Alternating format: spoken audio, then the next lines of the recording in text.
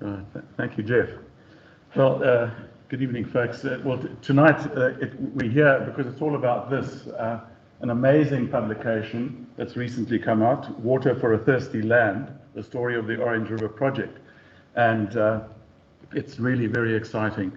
And it's been long overdue, I would think, because this project was completed in the early 70s. We now are looking at the 50th anniversary of the first the inauguration of the Gariep Dam, which is the major component of the project.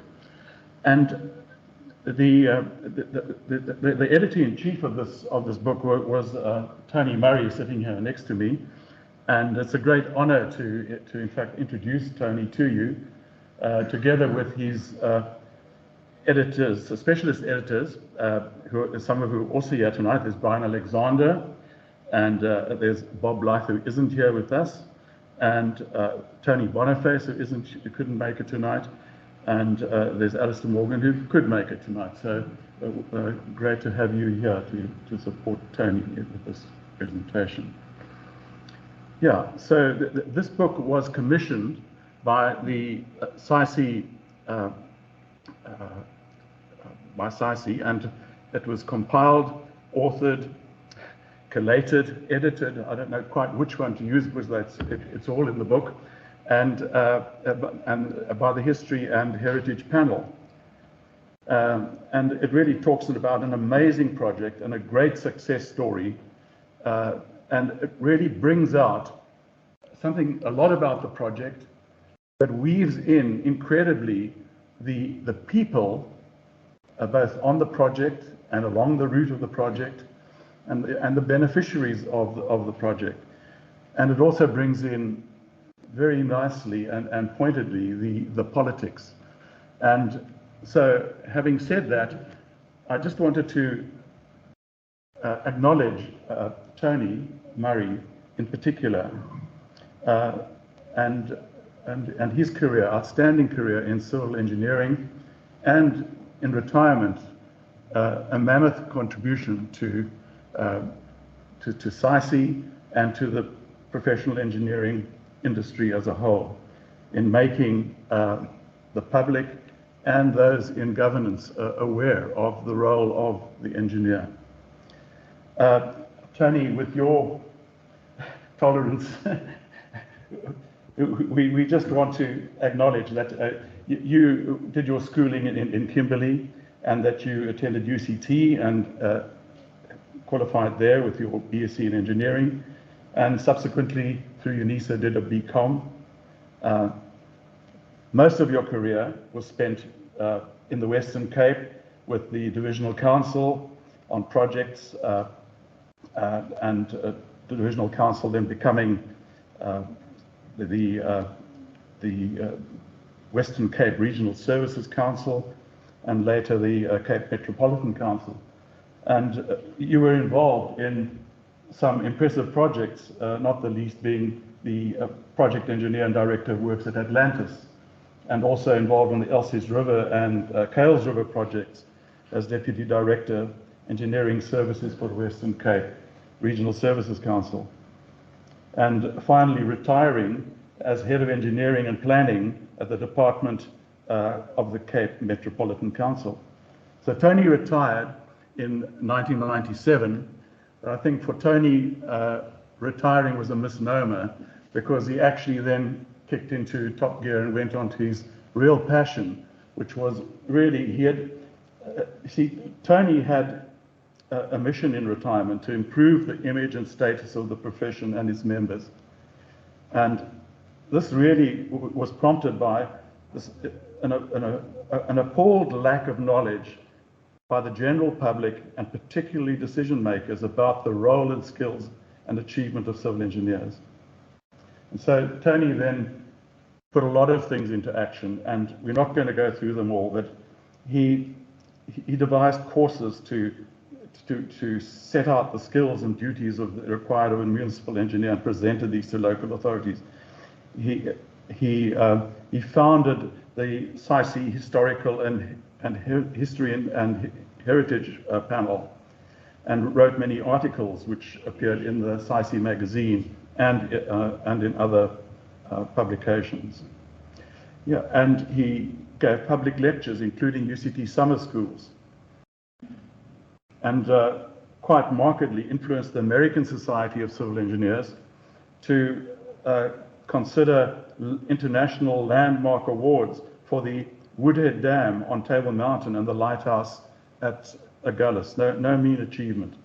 And flowing out of that was the SAICE local historic landmarks awards to significant SA engineering projects. And Tony has interviewed over 100 candidates for elevation to professional status, and he has compared SAICE regional school bridge building competitions, which we saw were one of the activities coming up next. And he's published books, including the biography of Nunushan, The Man and the Practice, and also Megastructures and Masterminds. Tony is the past president and honorary member of various clubs and societies, including the R Club. And in recognition for his services to engineering profession, he was created an honorary fellow of SAICE in 2010. So now with this latest publication, Water for a Thirsty Land, and the story of the Orange River Project, Tony has continued with his passion. And Tony, we acknowledge you and your contribution, and we look forward to hearing from you this evening. Thank you very much.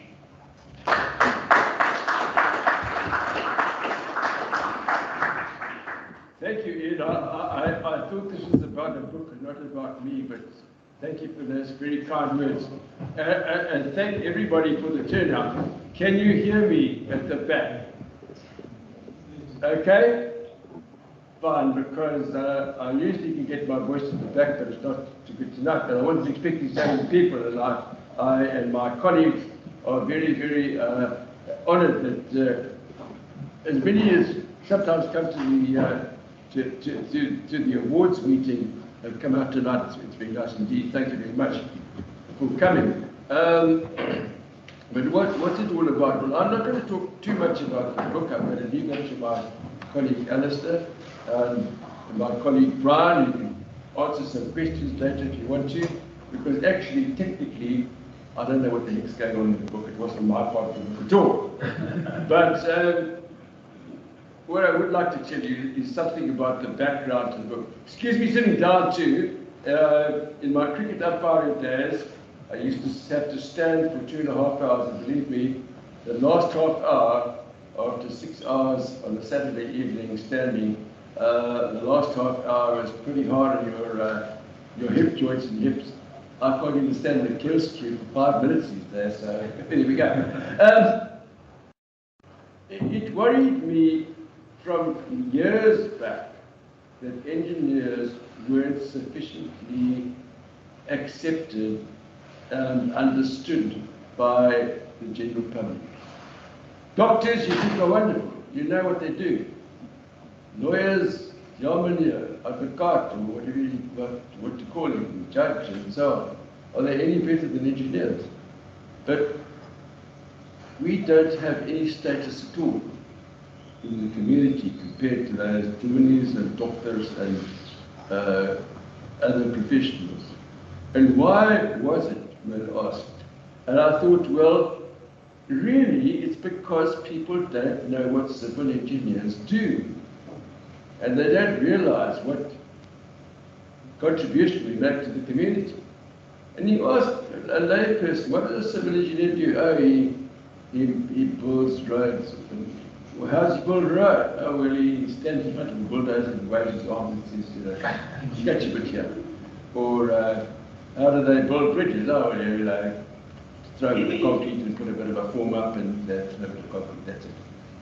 And really, people don't know what engineers do, which is not surprising, because I don't know what engineers do. I haven't a clue what Jeff DeToy does any minute of the day. I haven't a clue what Alistair Morgan did in his time and what he's doing now, or any other, Gordon Prestige,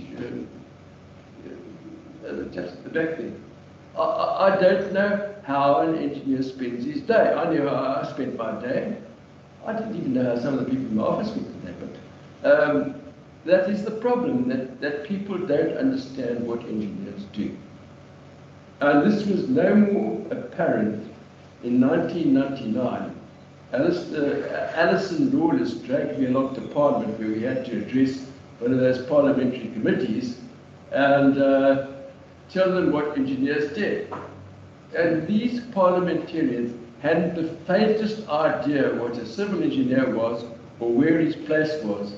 You know, someone would say, you know, in the camp in Tanzania, we had this useful fellow who used to fix the toilets. Was he a civil engineer? Why wasn't he a civil engineer? And this was the sort of thing we had to get past. And so we came out of that meeting, and Alison had lots of ideas, as she usually did, but I put it into a course for local authority, particularly councillors, which told them what engineering was all about, and what municipal engineering particularly, and why they should appreciate and honour their town engineer. And we had this course which explained what the difference between hydraulics and hydrology was, which might be rather difficult, but what we had to explain is why you can't build houses before you put in drainage, and why you can't build drainage until you've got a river or a canal to take it away, and why the people who get upset when you put in canals because the runoff factor is increased from 0.1 to 0.9, why you have to build canals and change the rivers, and okay, they're not as pretty as they were before, but they are needed to take away the excess water that's coming since urbanization. And so we had this book with all these stories in it, and how engineers work, and the 18, 19 different parts of engineering that we knew at the time. And we tried to get this across to the local authority councillors. I've got some, I'm rather short on coverage still, but maybe I've listened to someone else's book at the moment.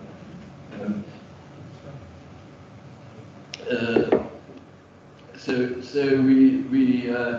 we had these local authority councillors here, Queenstown, Welkom. We ran courses for them here, and they came and they listened and they said, "When's lunch?"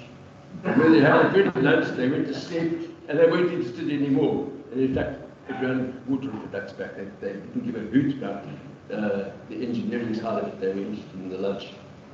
And where did we go to from there? It was, how do we improve the image of the engineer?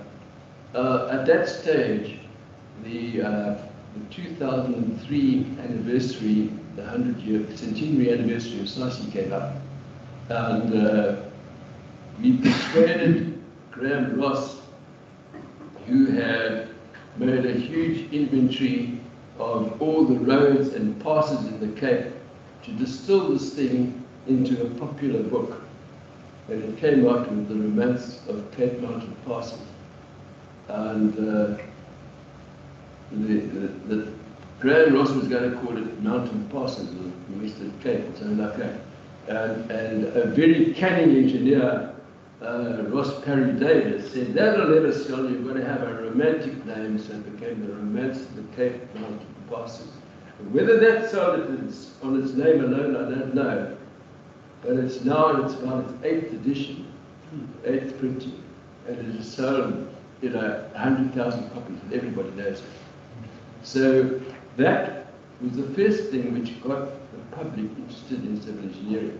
We tried to follow up, and I wrote my little book about masterminds and megastructures, which the megastructure part was put on by the publisher, but the masterminds is what intrigued me, because I wanted to write a book to show the general public about the ingenuity and the persistence of South African engineers who'd come up with brilliant solutions to difficult technical problems. And we tried to put this in a book which sold quite well, but nowhere near the Graham Ross story. So the books began to flow, and as it's a couple of others. And at the same time, we had this history and heritage panel where we promoted books and got other people to write books, and we're still getting other people to write books. And we also came up with a scheme of landmarks and tried to show people this was done by civil engineers, it didn't just happen, this mountain pass or this bridge or this dam or whatever it was. And it's beginning to take root a bit. And then in the History and Heritage panel, which works on these two fronts at the moment and various other sidelines as well, somebody, I think it was Brian Alexander, came up and said, listen boys, 50 years ago, the Gariep Dam was completed. We really ought to do something about it. And a few others on the panel, Alistair, Tony Boniface said, yes, we were involved. Bob Blythe was also on site and said, yes, right, let's write a book about it. And so they started thinking about a book, and somehow or other I got involved, and in the end I seem to have taken away from them and put it together, perhaps a little bit because of my previous experience in putting books out there. But they've put the book together, and their story is really what the what this Gariep Dam story is all about.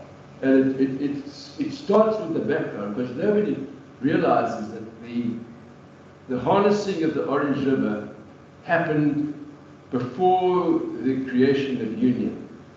That a famous English engineer came out and told the Cape colonial government at the time, guys, if you want to do anything in this backward country, as it then was, you've got to build dams and irrigate.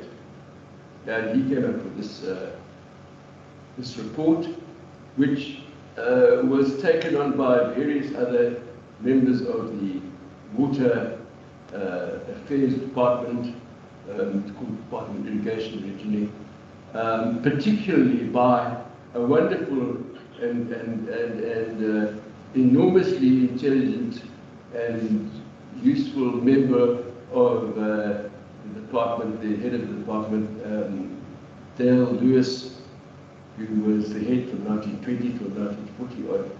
And he was pushing for a scheme on the Orange River. He never had the money, he never had the facilities. He also had in the back of his mind that it would be very useful not only to build dams on the Orange River and irrigate parts of the Orange River, and of course control the floods on the Orange River, which could wreak havoc up into the area and so on. But it would also be possible to divert water down the Fish River. And it took many years to get to the stage where it was accepted that this was a good thing. And the government wasn't particularly keen, because the Fish River farmers are Jannie Smutsmense, and the Orange River farmers at Iska and Hopetown and so on, they were DF Molanbese, and they weren't so keen on allowing this scheme to go forward. But eventually, the men from Craddock and so on said, no, we want water down the Fish River. And they came up with this amended scheme where the main part really is not the two dams that you can see now. Most people riding to the north will see the Gariep Dam, but the big part of it was this huge, enormous tunnel, which very few people appreciate or know about, which transfers water from the Orange River to the Fish River and to the Sundays River, and ultimately it's keeping Port Elizabeth and Grahamstown alive with fresh drinking water, which has been which comes down those rivers and can be used by those municipalities which, as we know, are in dire straits when it comes to droughts, and in fact there seem to be permanent droughts in Port Elizabeth. So that's what the story is about. We've tried to look into the other important things which flowed from this. And if you have a look at the book and read the book, you find out, for instance, that the Sundays River Valley, which was struggling to survive down at the Addo area, the Kirkwood area, is now the second largest citrus producing area in South Africa.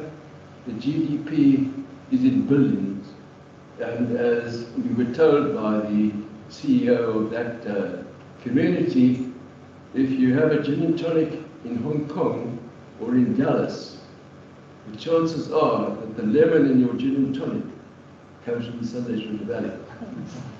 So the impact of this difficult in terms to quantify, because it's very difficult to compare costs. And the cost of this Gariep Dam, 60 million rand. Wow. You know, it seems ridiculous, but it's a big amount of money in those days. And the cost of the tunnel about doubled. And these days, the GDP of the lower Sundays Valley alone is 10 times that amount. The cost of the GDP of the Uppington area, which benefits from not being hugely flooded like it would have been earlier last year, it's turning out table grapes. You might know the Orange River Kelders, which produce enormous amounts of fairly good but affordable wine. But also in the Uppington area, there are huge harvests of table grapes, which mature, which ripen a month earlier than the grapes in Paarl or Wellington or Robertson or thereabouts. And in the month of December, apparently Uppington Airport has one freight plane after another popping into the airport there to take off these huge amounts of table grapes to Europe. So that's what the book's all about. Why was it built? How was it built? Again, I can't tell you. But read the book and you'll see that Bob Blythe was the expert on the building of the dam. He was right on site. Alistair was the chap with Tony Boniface who were deeply, use the pun, involved in the tunnels. The subsidiary tunnels, which amazed me too. There's a huge tunnel at Cookhouse, which takes water from the fish to the Sundays River, which I knew nothing about. Not many other people in the country know anything about. It was a great challenge, and the first tunnel, which was built by a tunnelling machine, which they then used for the Lesotho Highlands scheme and those ones. There's all sorts of interesting things here. All I can say, to get back to my story, and at the beginning, reading this as an electrical engineer, I had absolutely no idea what dam engineering was about until I was handed the script by Bob Blythe. And I had even less idea what tunnelling engineering was about until Alistair and Tony Boniface gave me the story. So here I learned an enormous amount from the book, and I'm very proud to be a little part of it. I forgot to mention Brian. Brian comes from that area. His antecedents come from the area. He was the bloke who found all the people that were attached to this and were benefiting now as farmers from the guaranteed water that comes down that river. Okay, I'm going to leave it to Alistair now. He's got a slideshow. I think he might like to explain it. And if you otherwise want to ask any questions, there are questions, you'll be around. Brian can join in too. And if after all that you're really convinced to read the book, I have a few here which we can make arrangements for you to buy. And also there's a few in my own book, if you missed that one or listened to that as well. Thank you very much.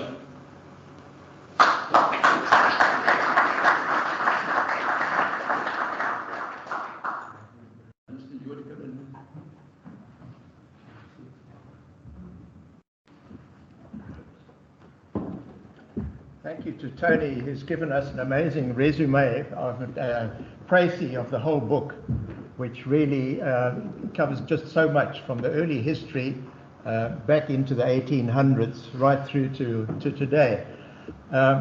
my position here, at this stage of my career, I've become interested in the history of civil engineering, and I joined the panel, the History and Heritage panel, about 4 or 5 years ago, and the issue of the landmarks came up, and we aimed at the 2022 landmark for Gariep Dam. I think that was the first focus, and you'll have seen in the slides that the SAICE the plaque that we are producing for that is what has been presented here. You'll see it at some stage in the scroll. But that's just a bit of background. But the book then developed out of that 50-year landmark. And Tony does himself a great disservice, because the first draft of the book was pretty extensive. Although it's ended up substantially embellished and so on by other contributions, it was hugely in place in terms of its basic format. Just going back to, early in my career, as you heard, I was involved in Orange Fish Tunnel. I graduated in 67. I'm afraid this was from Wits, you UCT guys, but that's the fact of it. At that stage, I looked on the world civil engineering market, and I really wanted to be on a big water engineering project. That was my focus in those days. The Snowy Mountain scheme was being built in Australia at the time.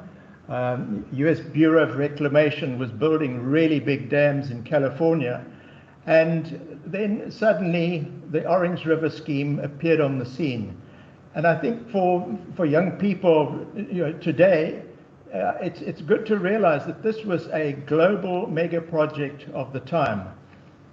At that stage, there were relatively few South African engineers involved in the various consortia. Many people were coming from the UK and Europe.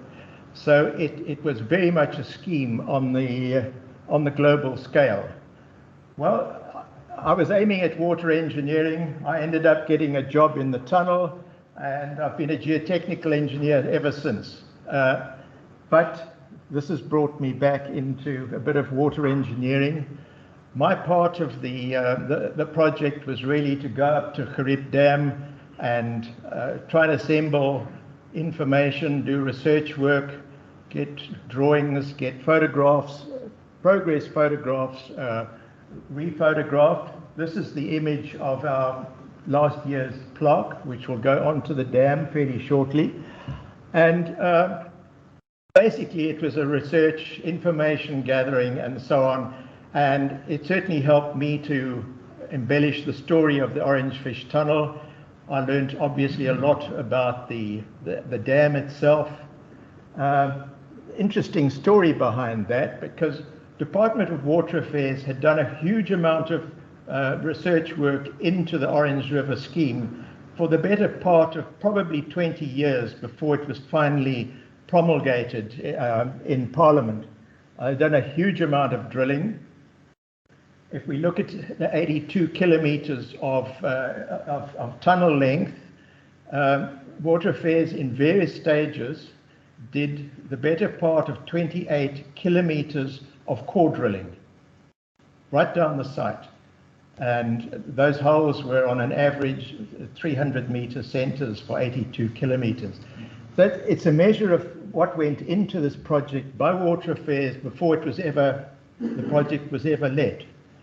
And in their wisdom, the government of the day decided that they would get international experts, engineers, contractors involved to build this whole thing. Senior members of SAICE took umbrage at this, went to see the Secretary of Water Affairs at the time and said, you can't cut us out of this setup. We've got engineering skills and ability in this country to handle this work. And the net result was that consortia were set up for each of the projects. French, British, South African engineers worked together in consortia to design the dam, to design the tunnel. Van der Kloof Dam, which we saw just a few slides of, was a subsequent stage, and that was built entirely by Water Affairs themselves, but design had been done by the same British, South African, French consortia of designers. So that was a bit of a background, and so the South African fraternity got involved in a big way, and that included the contracting resources, which were all consortia in themselves. Contractors were very much French, Italian, and South African concerns. And so the project developed, and I think the remarkable thing was that the white paper bringing this job into being was issued by Parliament. I believe it was in 1962. The engineers were given less than a year to produce their initial designs, which wasn't on, but they were in place relatively quickly. But I think the remarkable thing about the whole project was that from that parliamentary decision to go ahead till the Gariep Dam was built, completed, storing water and operational, was a period of only 10 years. And I think if we look at that on the global scale and see what has happened with mega projects around the world, it's a truly remarkable occurrence that we managed to achieve in this country in collaboration, obviously, with our British and French, Italian partners in the whole scheme. So that was a bit of a background. Tony has alluded briefly to the costs. The costs certainly did overrun. The dam itself was tendered at around about 35 million at the time. In today's money, that's arguably 5 billion or more. It ended up after substantial issues at about 60 million. The tunnel project was divided into 3 sections. Total value of them was around about 65 to 75 million as tendered. And each of those tunneling contracts had one major disaster, which, in spite of this 28 kilometers of core drilling, which covered the length of this of the tunnel, you had major disasters on the inlet section. They struck a water fissure, which filled 2 kilometers of then unlined tunnel in probably less than 12 hours. Took the better part of 18 months to resolve the methodology to seal that fissure and proceed with the tunnel. And interestingly, in later research, people have from abroad have looked at the tectonics of what was going on in the geology of the area, and they believe that this was the result of a major anomaly at the time. The plateau section, which was the deepest part of the tunnel, around about 400 meters deep, encountered methane gas, a significant issue. It cost them around about nine months of construction. And in fact, that heading of the tunnel was never advanced. The one from the opposite end advanced the entire way, and the last 10, 12 meters was really done under very controlled circumstances to keep the methane at bay.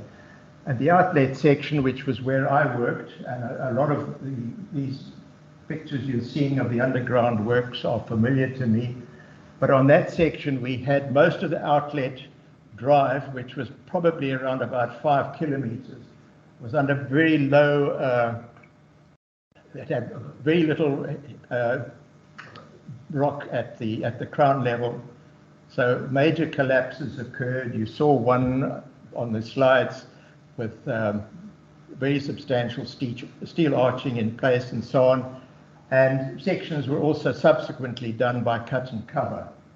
So you know, they always say that from a geotechnical point of view, you know, the information is at contractors' risk, and you know, certainly the contractors here had to deal with major problems which were foreseen in, shall we say, a small way, but the extent of the problem was not foreseen in the sense that it affected major sections of the tunnel.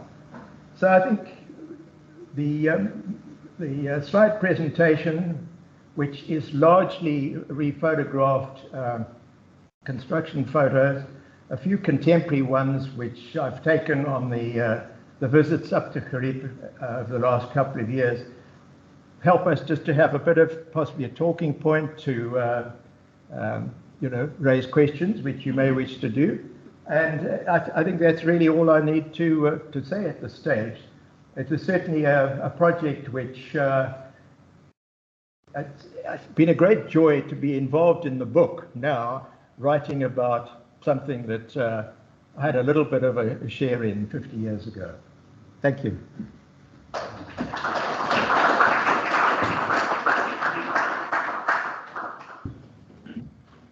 I had the fun part of the book, going to see what actually happened and how the area in the Eastern Cape and in the Northern Cape actually benefited from the waters from the Orange River. I went to school in Port Elizabeth and I had cousins up in the Fish River Valley, the Collets and other people, and as a little lighty, 6, 8 years old, we used to go up there and we used to play in the Fish River, which was dry.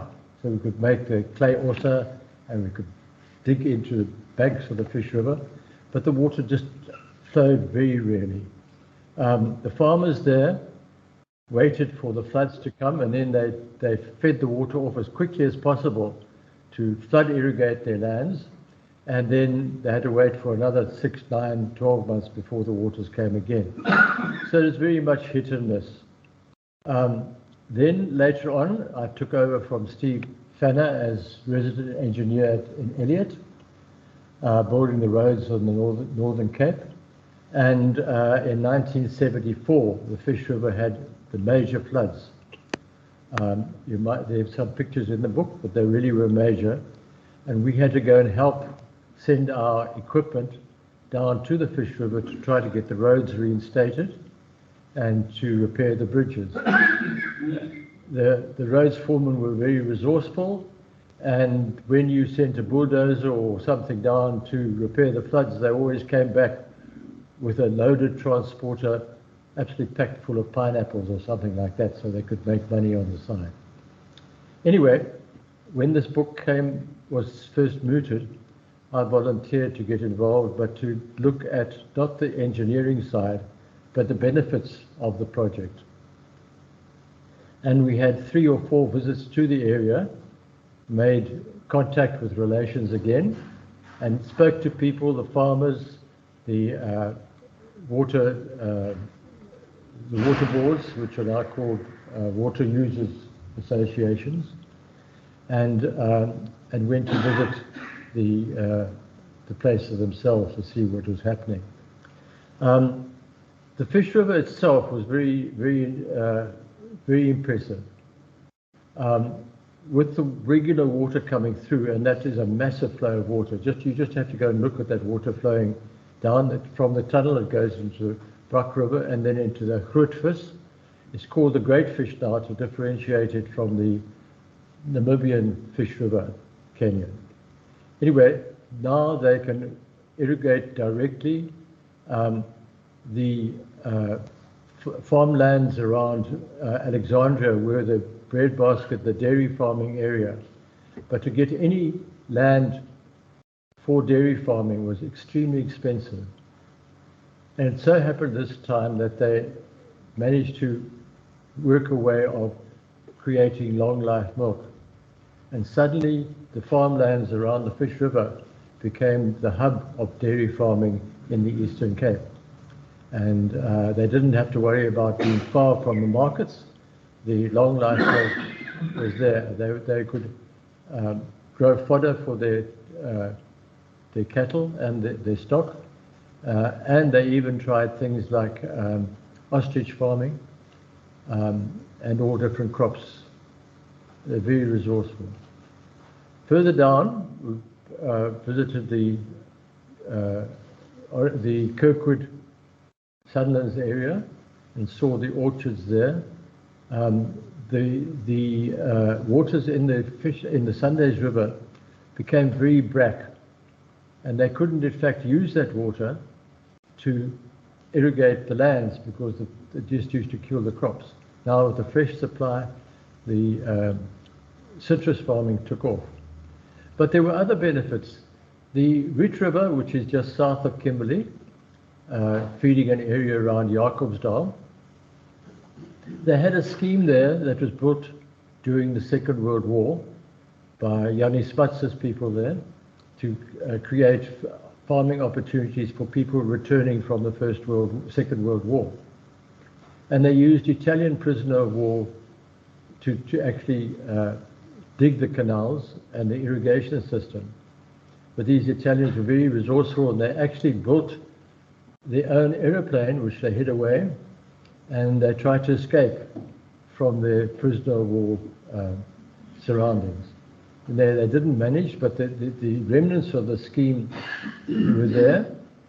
But then the waters dried up, and then when they built the Van der Kloof Dam, they realized that water, one of the only benefits from the Van der Kloof Dam is feeding the Riet River scheme downstream of Jacobsdal and Kimberley. It was at one stage mooted as a supply for Bloemfontein, but that never came off. Anyway, I had the benefit and the privilege of going to visit those areas, interviewing the farmers, and some of their stories are in the book. It's very interesting. Thanks. I would just like to make an observation that I picked up from Alistair's talk that there was a moment in the project where the project was going to be awarded to overseas consultants, European and the UK. And what came across to me, the takeaway point, was that in a lot of projects, there's a moment, there's an opportunity where, you know, when you can either stand up, or if you don't stand up, that moment passes. And at that moment, the heads of the senior folk in the major consulting firms in South Africa stood up and went to speak to those in power in the government. And the tide was turned, and they were included in this project.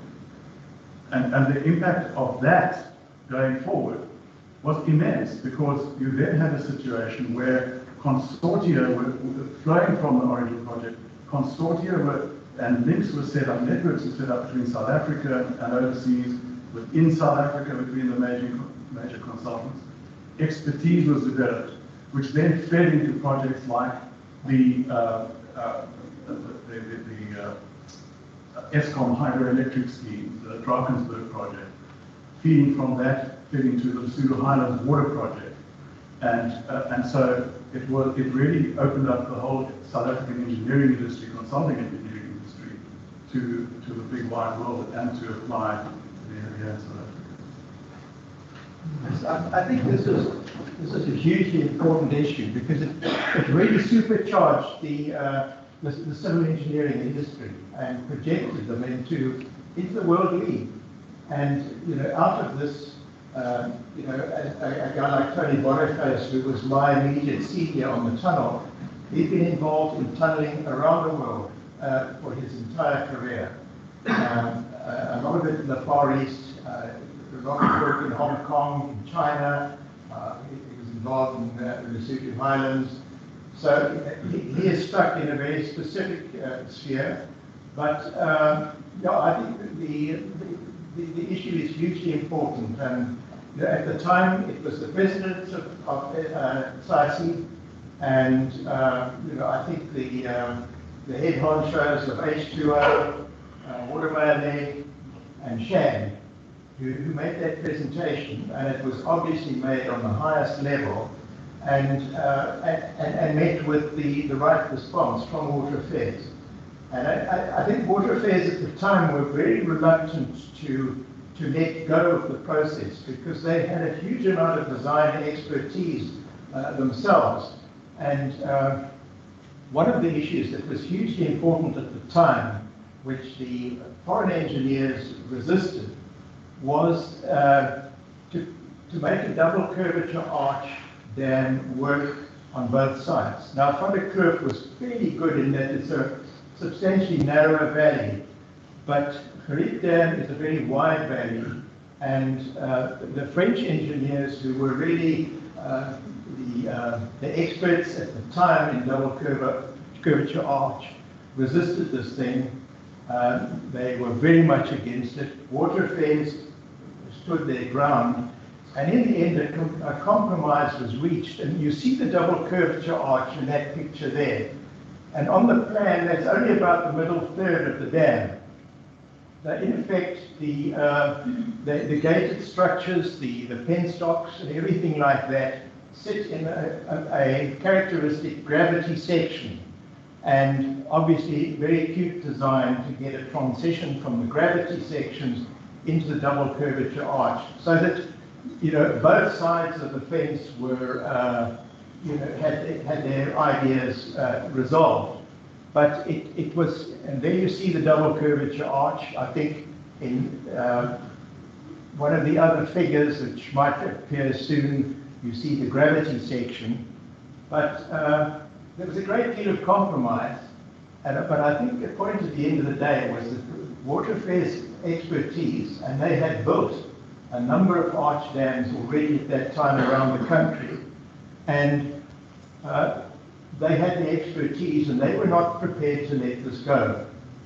And I think just one other thought that comes to mind is that this was all done in the days of slide rules and facets and things like that.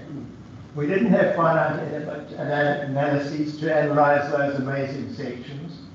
We didn't have GIS and GPS and all manner of electronic wizardry to handle critical path programming. It was something that I personally did with a long scroll of paper, pencil and eraser.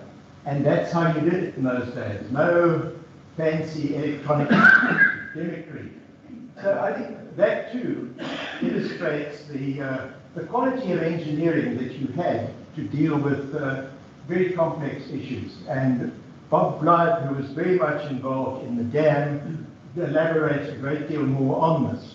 But a wonderful challenge, and as a result of not letting that golden opportunity go, the country developed, and I think it projected the industry into the world league as it was at the time. Johan, you have a comment? Yeah, just also to latch on to the previous speaker, the importance of forming those consortia and the skills transfer. I built the last dam in the scheme. This now dam that lifts the water from the river fish over to the Sundays River down to the ends. That's called the Drakensberg Hydropower.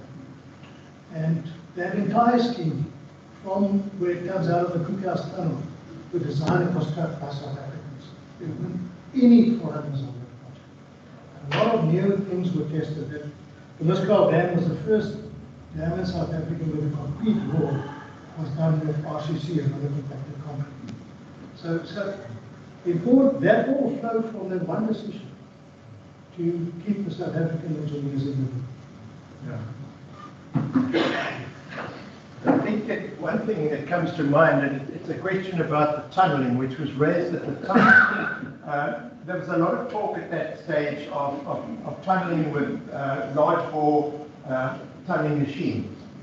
At the time, Robbins from the States were probably one of the lead companies, and they put presentations through to the consulting consortium to obviously make use of that technology. Big problem with the early tunnel borers was that the cutters were capable of drilling what we would classify as a very soft to soft rock today, which was fine for the sediments, the mud rocks and the sandstones. As soon as you came to the dolerites, which we would term hard to very hard rock, significantly greater UCS, you had a great problem. And in fact, they couldn't guarantee to be able to use the tunnel borers to do that job. So the decision was then, do you pull the machine back, do a certain amount of drill and blast, and then carry on? And clearly the three contracting consortia decided against that. So they went very much with South African mining technology, and all three contracts had a South African mining element attached to them, although they tended to be very top-heavy, if you like, in expertise from France and Italy particularly. And one saw that in a lot of the equipment that was used as well. Going forward to the Cookhouse Tunnel, which was done by Water Affairs themselves, the geology there was quite interesting in that the first, I think it's about a kilometre or two, was hard rock dolerite, which Water Affairs chose to excavate by drill and blast methods. The rest was in sediments with no interference of the dolerite, and they chose to use the tunnel borer. It was used extremely successfully, and it was a relatively, to my mind, fairly unknown name at the time, but it was early technology. The supplier, I think, was either from the States or Canada, provided a lot of the support to the Water Affairs team to get that tunnel borer operational, and it proved to be a highly successful scheme all round. Just one point which Brian was alluding to briefly, and Tony as well. The allocation of water to Port Elizabeth today, I think the latest allocation runs at about 230 million litres a day, which comes from the source. So it's although there have been problems with PE actually capturing all of that water into their system, it has provided hugely for water supply, for flood control, for irrigation, for agriculture, and a limited amount of hydropower. There's about 240 megawatts installed at Gariep and about 360 at Van der Kloof.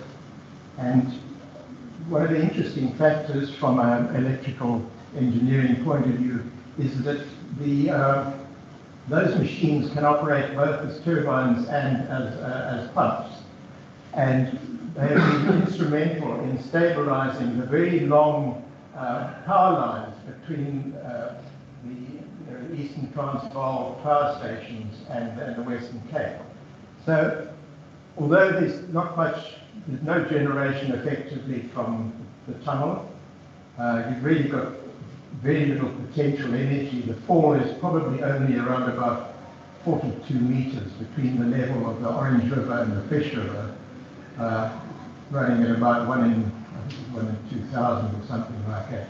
So it's almost flat, but there is a significant dissipation works at the end, because effectively you're trying to stop the better part of 2 mega oil carriers of water moving at about 9 kilometers an hour through the system.